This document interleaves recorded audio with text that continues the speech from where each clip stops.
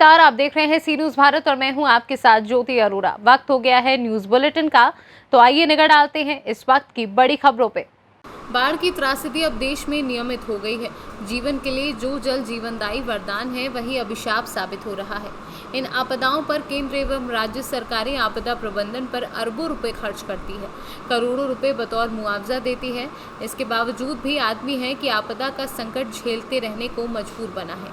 इस गहन परिस्थिति से निजात पाने के लिए देश में सदर तहसील के निकट जनपद बलरामपुर में बाढ़ की तैयारी को लेकर राप्ती नदी के तट पर बाढ़ आपदा प्रबंधन को मजबूत बनाने के लिए एनडीआरएफ एवं जिला आपदा प्रबंधन बलरामपुर व अन्य हितधारकों के संयुक्त तत्वाधान में मॉक ड्रिल का आयोजन किया गया।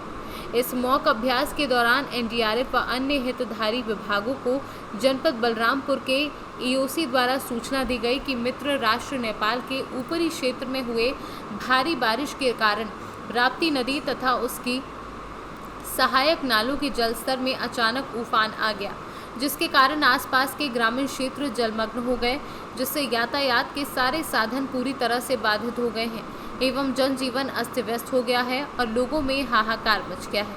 ये सूचना प्राप्त होते ही एनडीआरएफ व अन्य हितधारी विभाग हरकत में आ गए। उप कमांडेंट पीएल शर्मा के निर्देशन और निरीक्षक डीपी चंद्रा के नेतृत्व में एनडीआरएफ की टीम अपने बचावकर्ताओं व अत्याधुनिक उपकरणों सहित तत्काल ही घटनास्थल के लिए रवाना हुई। इस दौरान पुलिस प्रशासन ने एक ग्रीन कॉरिडोर बनाया, जिससे उत्तरदायी टीम एवं एम्बुलेंस सेवा घटनास्थल पर जल्द से जल्द पहुंच सके। एनडीआरएफ घटनास्थल पर पहुंचते ही अविलंब ऑपरेशन शुरू किया और बाढ़ से बेहाल और तबाह गांव, जहां जलमग्न घरों में भूखे प्यासे लोग, बच्चे, महिलाएं और मदद के लिए पुकार रहे थे, उनको सुरक्षित बाहर निकाला। बलरामपुर से सी न्यूज संवाददाता संदीप सक्सेना की रिपोर्ट।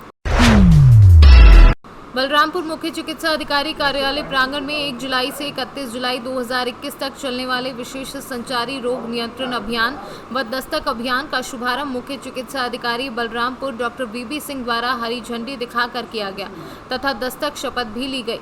इस अवसर पर अपर मुख्य चिकित्सा अधिकारी doctor BP Singh, doctor AK Singhal, DPRO, जिला मलेरिया अधिकारी DPM शिखर श्रीवास्तव, यूनिसेफ आदि मौजूद रहे। बलरामपुर से सी न्यूज संवाददाता संदीप सक्सेना की रिपोर्ट। शहर मुख्यालय बांदा में आज समाजवादी पार्टी के राष्ट्रीय अध्यक्ष अखिलेश यादव के 48वें जन्मदिन के शुभ अवसर पर बांदा जिले के समस्त समाजवादी कार्यकर्ता एवं पदाधिकारियों ने जिला अस्पताल में जाकर फल वितरण किए और साथ ही साथ वृद्ध आश्रम में भी जाकर फलों का वितरण किया और समाजवादी पार्टी से जिलाध्यक्ष विजय करण यादव की अध्यक्षता में जिला अस्पताल स्थित बजरंगबली हनुमान मंदिर में हवन पूजन कर राष्ट्रीय अध्यक्ष की लंबी उम्र की कामना करते हुए उनका जन्मदिन सफलता पूर्वक एवं प्रसन्नता पूर्वक मनाया गया। आदित्य जी, किस तरह का कार्यक्रम था आप लोगों का आज समाजवादी पार्टी के राष्ट्रीय अध्यक्ष आदरणीय अखिलेश यादव जी का 48वां जन्मदिन है। उस उपलक्ष्य में हम सब नौजवान साथियों ने, यूथ ब्रिगेड के पदाधिकारियों ने और समाजवादी पार्टी के तमाम वरिष्ठ नेताओं ने मिलकर हवन किया है मंदिर में और उनके लंबी उम्र की कामना की है। और हम लोगों ने, नौजवानों ने प्रण किया है कि 22 में समाजवादी सरकार लाने का काम करेंगे और उत्तर प्रदेश में इस भ्रष्टाचारी सरकार को हटा करके माननीय मुख्यमंत्री अखिलेश यादव जी को बनाने का काम करेंगे। बांदा से सी न्यूज संवाददाता नथु प्रसाद पटेल की रिपोर्ट।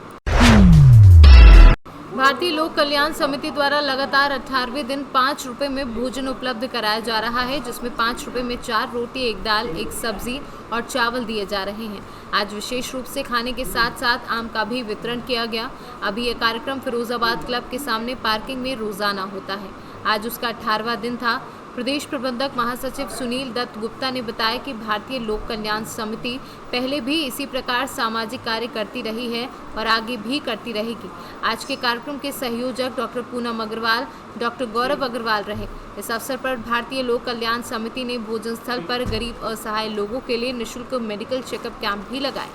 आज के डॉक्टर लेबर वितरण प्रोग्राम किया गया है, क्या कहना चाहेंगे आप? ये वैसे तो ये वितरण प्रोग्राम डेली होता है। डॉक्टर्स डे पर आज हमने इसके साथ में हीमोग्लोबिन चेक शिविर भी लगाया और बीपी चेक करने के लिए शिविर लगाया है, जिससे कि गरीब लोगों में हेल्थ को लेके अवेयरनेस हो। और हम हर किसी को मास्क बांटते हैं, जिससे उन लोगों को आजकल कोविड के खिलाफ लड़ाई में वो भी भागीदार बने, मास्क पहनना सीखें। और उसके अलावा हम उन्हें कोविड को वैक्सीनेशन करवाने के लिए मोटिवेट भी करते हैं। और आज मैं ये मैसेज और आपके माध्यम से देना चाहूँगी कि अब गवर्नमेंट के जियो में गर्भवती महिलाएं और जो महिलाएं स्तनपान करा रही हैं उनके लिए भी वैक्सीनेशन की परमिशन दे दी गई है। इसलिए अब गर्भवती महिलाएं और स्तनपान कराने वाली महिलाएं भी वैक्सीनेशन करवाएं। भारतीय लोक कल्याण समिति ये कार्यक्रम डेली करवा रही है और इसमें हम चाहते हैं कि ज़्यादा से ज़्यादा दानदाता लोग आगे आएँ और वो डेली का कार्यक्रम किसी ना किसी दानदाता के द्वारा ही ये हो रहा है। हम सिर्फ इसको सेटल कर रहे हैं, हम सिर्फ इसमें लोगों के लिए एक अवेयरनेस बता रहे हैं, एक प्लेटफॉर्म क्रिएट कर रहे हैं। तो डेली कोई भी हम यहाँ पर 3000 रुपीज़ देते हैं तो उसमें हम लोग 100 लोगों के भोजन की व्यवस्था करवाते हैं। ये हमारा उद्देश्य है। आज 1 जुलाई है। आज 1 जुलाई में यहाँ पर हमने मेरे फादर का जन्मदिन है और उसके उपलक्ष्य में यहाँ भोजन का आयोजन कराया है। और आज डॉक्टर्स डे भी है आज। तो डॉक्टर्स डे में मैं बस एक संदेश देना चाहता हूँ आम जन को कि भैया मास्क पहन के रहिए, सुरक्षित रहिए, दूरी बनाए रखिए। ये मेरा एक संदेश है। मास्क को उतारें ना किसी भी सूरत में, किसी भी कंडीशन में भी, ये बिल्कुल ना उतारें। बस यही मैं कहना चाहता हूँ। आप पूछो। ये पिछले 20 दिनों से हम यहाँ पर डेली सुबह 100 डिब्बे खाना बंटवा रहे हैं गरीबों के लिए। इसमें एक दाल, एक सूखी सब्जी, एक चावल का और 4 रोटियाँ होती हैं। मेनू हर रोज़ चेंज हो जाता है, कभी दाल होती है, कभी चने होते हैं, कभी राजमा होता है, कभी कढ़ी होती है। और ये हम यहाँ पर प्रतिदिन पिछले 20 दिनों से 100 लोगों को बंटवा रहे हैं। इसमें हमारे यहाँ पर बहुत सारे दानदाता इसके लिए आगे आए हैं और हमने एक रजिस्टर्ड कैटरर कोयल रेस्टोरेंट को इसके लिए किया हुआ है। और हम चाहते हैं प्रभु इच्छा से ये कार्यक्रम हमेशा चलता रहे। इसका कोई निर्धारित शुल्क भी रखा गया है? हाँ, इसके लिए हमने तो पहले शुरुआत के दिनों में इसको फ्री रखा था, लेकिन फिर हमारी टीम ने देखा कि यहाँ पर खाना वेस्ट हो रहा है। लोग खाने को लेके एक जना 3-3, 4-4 डिब्बे ले रहा है और वो वेस्ट कर रहा है। तो हमने इसका जिसको ज़रूरत है उसके लिए 5 रुपये शुल्क रखा है, जिससे कोई वेस्टेज ना करे। बाकी पूरा खर्चा समिति उठाती है। आज आमजन की डॉक्टर्स डे पर कोई संदेश देना चाहिए? डॉक्टर्स डे पे मेरे पास एक बहुत बड़ा संदेश है।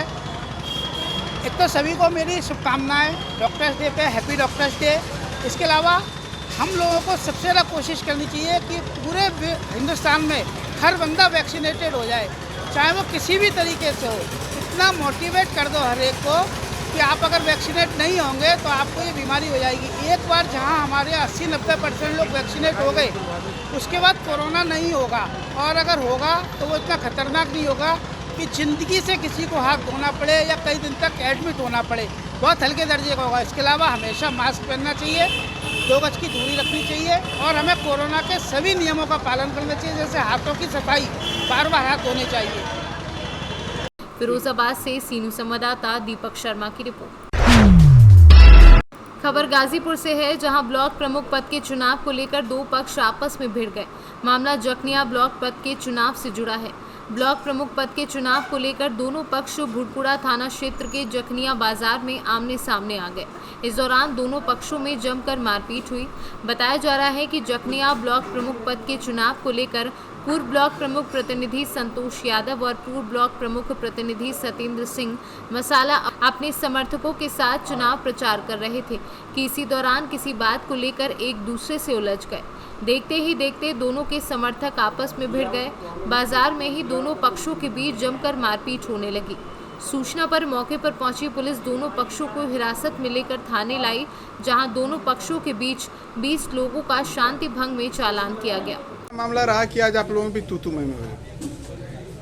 सर, कल जो है 8 क्षेत्र पंचायत सदस्य श्रीमान पुलिस अधीक्षक महोदय के यहाँ अपनी गुहार लेके गए थे। सत्येंद्र सिंह मसाला जी के द्वारा 1-1 लाख रुपए मिठाई के डब्बे में उनको दिए गए थे और उन पैसों को और उनके द्वारा प्रमाण पत्र उनके लिए दिए गए। उन पैसों को वो वापस करना चाहते हैं, अपना प्रमाण पत्र पाना चाहते हैं।